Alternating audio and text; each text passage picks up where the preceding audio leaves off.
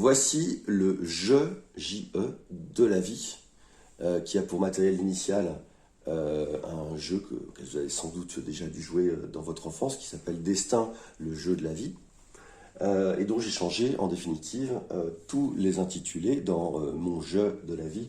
On commence à la case en retard, on finit à la case trop tard, et c'est le déroulé de toute une vie, comme dans le jeu de plateau initial, dont on va parler d'ailleurs avant, parce que c'est assez intéressant. Donc Destin, le jeu de la vie, le jeu initial, il a été créé en 1860. Ça ressemblait pas du tout à ça, mais déjà il y avait cette idée qu'on commençait à la naissance, qu'on allait essayer d'atteindre avec le maximum d'argent une golden retreat, enfin voilà. Et dans cette première version, par exemple, on va essayer d'éviter des cases comme suicide. Voilà, autant vous dire qu'un siècle après, donc en 1960, quand ils ont refait cette version-là, qui n'a pas beaucoup évolué depuis, qui a un petit peu évolué, mais pas trop. Donc en 1960, on n'a plus la case suicide, mais on a toujours cette idée d'un chemin où on va essayer d'avoir le meilleur boulot possible. Donc on peut être homme de loi, homme de science, médecin, etc. Gagner un max d'argent, se marier le plus tôt possible. Alors on a une petite voiture avec un personnage bleu si on est un homme, rose si on est une femme, bien sûr. Si on parvient à se marier, est-ce que c'est automatique? Non, je ne crois pas. On a un personnage donc de l'autre couleur, hein, tant qu'à faire. Et puis, on peut avoir jusqu'à 4 enfants. Il y a 4 places dans la voiture. Et donc, avec cette petite voiture, le but étant d'arriver à la fin, soit dans une ferme un peu pourrie avec un chien, si on a raté sa vie, si on n'a pas assez d'argent, soit, bien entendu, dans une résidence avec le lac des Cygnes, magnifique. Donc, rien que le jeu initial, comme photographie, une forme de mentalité des années 60, un peu capitaliste mais très naïve, c'est super intéressant. On peut gagner le prix Nobel de la paix qui nous rapportera par exemple 250 000 francs. Donc c'est très intéressant d'avoir le prix Nobel de la paix. Alors, fin de la parenthèse.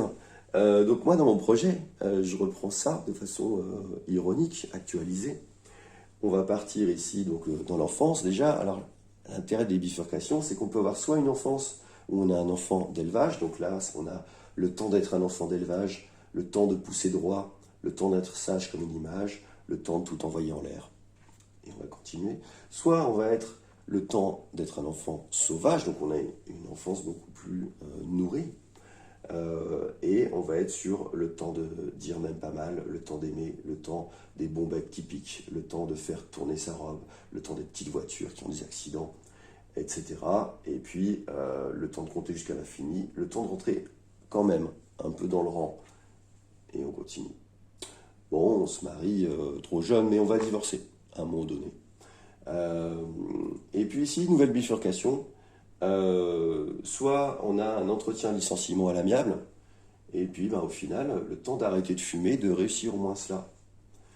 Soit on est promu responsable et on perd tous ses amis dans l'entreprise, on monte et puis on fait un burn-out, avec de toute façon, en point de convergence, la même leçon de vie qui est que suite à cette épreuve, le temps de ne jamais rien promettre ni exiger.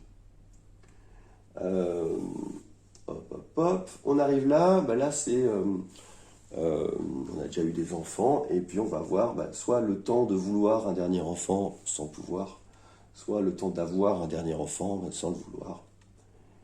Et puis, j'ai envie de dire, voilà, après il n'y a plus trop de bifurcation, et on finit à la case trop tard. Donc voilà, prendre avec beaucoup d'ironie comme d'habitude, et puis à vous de faire tourner la roue de la vie maintenant.